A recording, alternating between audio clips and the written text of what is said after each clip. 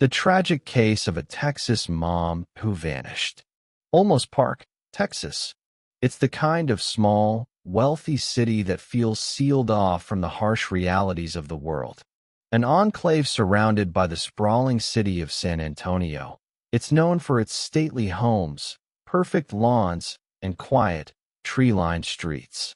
This is where 51-year-old Suzanne Clark Simpson, a successful and well-known luxury real estate agent, had built her life. She wasn't just a pillar of the community. She was a devoted mother to 4 children. From the outside, her life looked like a picture of suburban success. But that carefully constructed facade was about to shatter. What began as a frantic search for a missing woman would soon expose a dark undercurrent of secrets and violence, hidden just beneath the surface of a seemingly perfect life. The investigation would pull back the curtain on a troubled marriage, revealing a history of conflict that tragically boiled over on one terrifying night. As a community held its breath, the words of her own child and the chilling story of a neighbor would paint a horrifying picture, not of a woman who simply walked away, but of a victim of a terrible crime. A young girl walks into her school, her world completely turned upside down. She finds a teacher she trusts, and the words that come tumbling out are a horrifying mix of childhood innocence and adult terror. She tells the teacher that her parents had been fighting, that her father might have hit her mother, pushed her into a wall, and taken her phone. She even points out a bruise she saw on her mother's elbow. These were the first whispers of a storm that had been brewing behind closed doors. A storm that led to this moment. A successful mother of 4 has vanished after a party. But what started as a search for a missing person would soon unravel a dark history of violence, revealing that the greatest threat to her may have been living under her own roof. Section 1. The Party and the Fight. The night of Sunday, October 6, 2024, started socially for Suzanne and her husband, Brad Simpson. They were at a party at the Argyle, a private, high-end dinner club in the neighboring community of Alma Heights. It's a place of quiet prestige, where San Antonio's elite often gather. Surveillance photos from that night even show Suzanne smiling, seemingly without a care in the world. But inside that exclusive club, something went terribly wrong. Accounts from that night suggest a fierce argument blew up between Suzanne and Brad. We don't know exactly what was said, but the tension was so thick it reportedly spilled out from the party. The fight that started at the Argyle didn't end there. It followed them home to the 500 block of East Olmos Drive. Later that evening, after leaving the party, Suzanne was seen at a local H-E-B grocery store with her young daughter. It was just a mundane errand, the kind of normal, everyday moment that makes what happened next so jarring. Around 9:15 p.m., Suzanne reached out for help. In a pair of phone calls that would become critical for investigators, she first called a family friend, and then her own mother. The message was the same, and it was terrifying.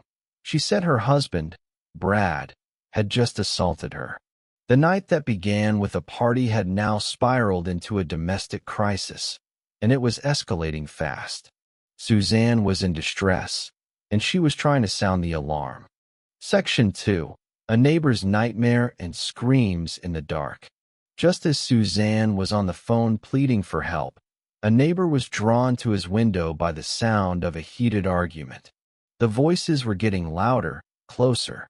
Peering out into the late-night quiet of Olmos Park, he saw a scene that would be seared into his memory. He witnessed Brad and Suzanne in the middle of a physical altercation.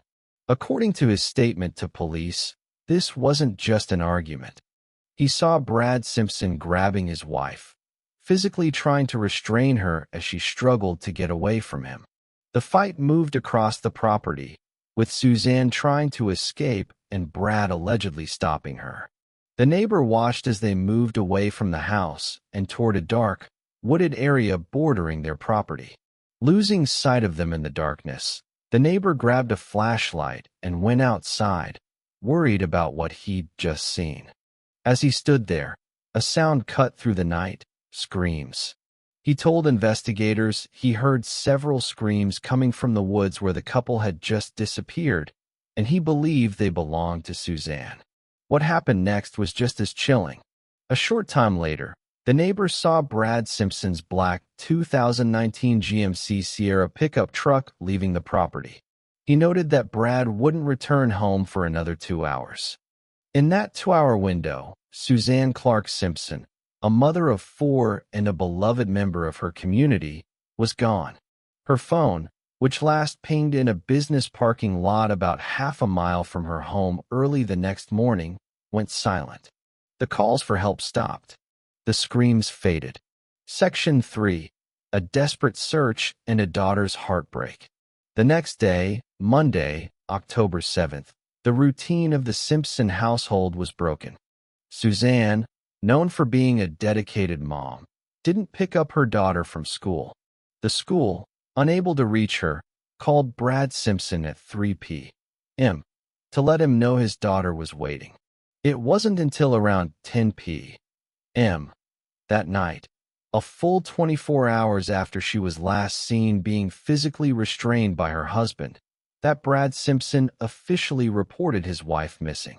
The news of Suzanne's disappearance sent a wave of disbelief through Olmos Park. This just wasn't the kind of thing that happened there. Friends, neighbors, and fellow real estate agents mobilized, printing flyers with Suzanne's smiling face and distributing them everywhere. Search parties formed, combing through local parks and woods, clinging to the hope that she was just injured and hiding somewhere. The Olmos Park Police Department, along with the Texas Rangers, launched a large-scale search, focusing on the woods near her home where the screams had been heard. Initially, law enforcement was cautious, treating it as a missing person case. Olmos Park Police Chief Fidel Villegas made a public plea, urging Suzanne to reach out and assuring her that she was loved. But as the search intensified, a devastating piece of information came from one of the Simpsons' own children. At her school, the daughter confided in a teacher that her parents had been fighting the night her mother disappeared. She said her father may have hit her mother in the face and pushed her into a wall. She also mentioned seeing a bruise on her mother's elbow and, critically, told them that her father had taken her mother's cell phone. This wasn't just a child's account of a family argument. It was a key witness statement that corroborated the timeline of violence. It explained why Suzanne's phone went silent. And it was the first clear sign from inside the family that this wasn't a case of a woman who had just walked away. A daughter's words, born from trauma, became a heartbreaking anchor in an investigation that was quickly turning into a hunt for a killer.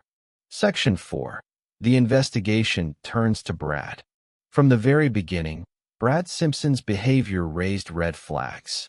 As his community desperately searched for his wife, Brad's demeanor was described as uncooperative and showing little emotion. He first told patrol officers he hadn't seen Suzanne since the party, but then changed his story, telling detectives he'd peeked into her room on Monday morning and saw her asleep before he left. That contradiction immediately put investigators on high alert. With the evidence from the neighbor and his own daughter, the case against him was building. On October 9th, just 2 days after he reported her missing, Brad Simpson was arrested. The first charges were for assault, family violence, and unlawful restraint, stemming directly from what the neighbors saw. With Brad in custody, investigators began digging into his movements. They found that he had been turning his phone on and off, a tactic sometimes used to avoid being tracked. His actions on Monday, October 7th, were especially alarming. While his wife was missing, Brad drove to a Home Depot in Bernie and bought an odd collection of items: heavy-duty trash bags, Quikrete cement, a large bucket, and Clorox spray. From there, he was tracked to a nearby dump, where he was allegedly seen unloading trash bags from his truck. His journey didn't stop there. Investigators followed his movements to Bandera, where his family owned property. They believe it was there that he unloaded a large, bulky object wrapped in a tarp. This sequence of events suggested a man who wasn't looking for his missing wife, but actively trying to cover up a crime. The investigation also led to his business partner, James Cotter, who was arrested and accused of helping Brad hide an illegally modified weapon. Every new detail seemed to draw the net tighter around Brad. Police Chief Fidel Villegas stated plainly, "He still has not cooperated." The man who should have been leading the search for his wife was now the primary, and only, suspect in her disappearance. The question was no longer just, where is Suzanne? But what did Brad do? Section 5. The damning evidence. While Brad Simpson sat in jail, the case against him was built on a strong foundation of circumstantial evidence. The eyewitness accounts, his suspicious behavior, the changing stories. But prosecutors knew that a murder conviction without a body is a tough legal battle. Then, the grand jury indictment in December 2024 revealed a chilling piece of information that had been kept from the public. It stated that on October 8th, knowing an investigation was underway, Brad had concealed a specific tool, a reciprocating saw. This is a powerful, handheld electric saw designed for heavy-duty cutting. The allegation that he'd tried to hide it was sinister enough. But what investigators reportedly found on that saw would transform the case. According to news reports citing law enforcement sources and family members, Suzanne Simpson's DNA was found on the reciprocating saw. This was the physical link investigators had been searching for, directly connecting Brad to a tool that had come into contact with his wife's biological material. The gruesome implication that a saw capable of dismemberment might have been used offered a horrific potential explanation for why Suzanne's body hadn't been found. With this evidence, the charges against Brad Simpson were upgraded. On November 7th, exactly 1 month after he reported her missing, he was charged with first-degree murder. The indictment also included a list of other felonies: tampering with evidence to impair a human corpse, tampering with physical evidence, and possession of prohibited weapons. The once respected businessman was now facing the possibility of life in prison, accused not just of assaulting his wife, but of murdering her and trying to erase every trace of her existence. Section 6. The unending search. Even with a mountain of evidence and a murder charge, one crucial element remained missing: Suzanne herself. For her family, friends, and investigators, finding her became a relentless, heartbreaking mission. Authorities launched massive, painstaking searches. They went back to the wooded areas in Olmos Park and Bernie.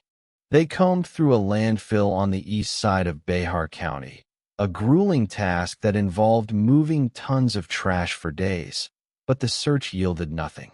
They searched the family property in Bandera, where Brad was allegedly seen with the tarp-wrapped object. Again, nothing. Each failed search was another blow to a family desperate for answers. The Texas Department of Public Safety and the Olmos Park Police have repeatedly said the search for Suzanne is ongoing, but they've also had to deliver a painful truth. They have no evidence to suggest that Suzanne is still alive. The case is what's known as a no-body homicide, which can be notoriously difficult to prosecute. Without a body, defense attorneys can argue that the person may have simply run away.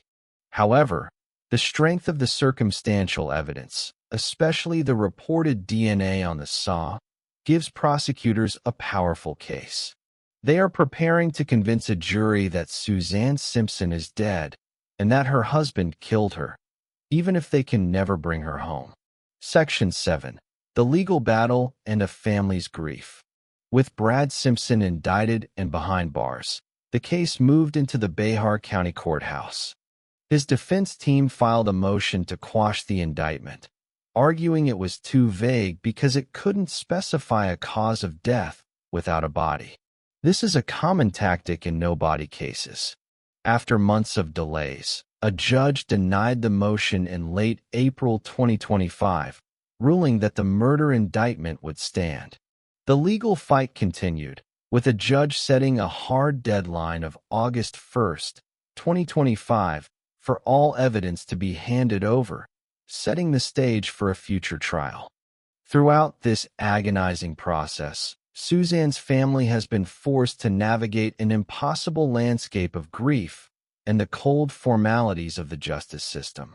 Barton Simpson, Brad's own brother, became a reluctant voice for the family. In a heartbreaking statement, he spoke of their sorrow but also of a strange peace that came with the murder charge.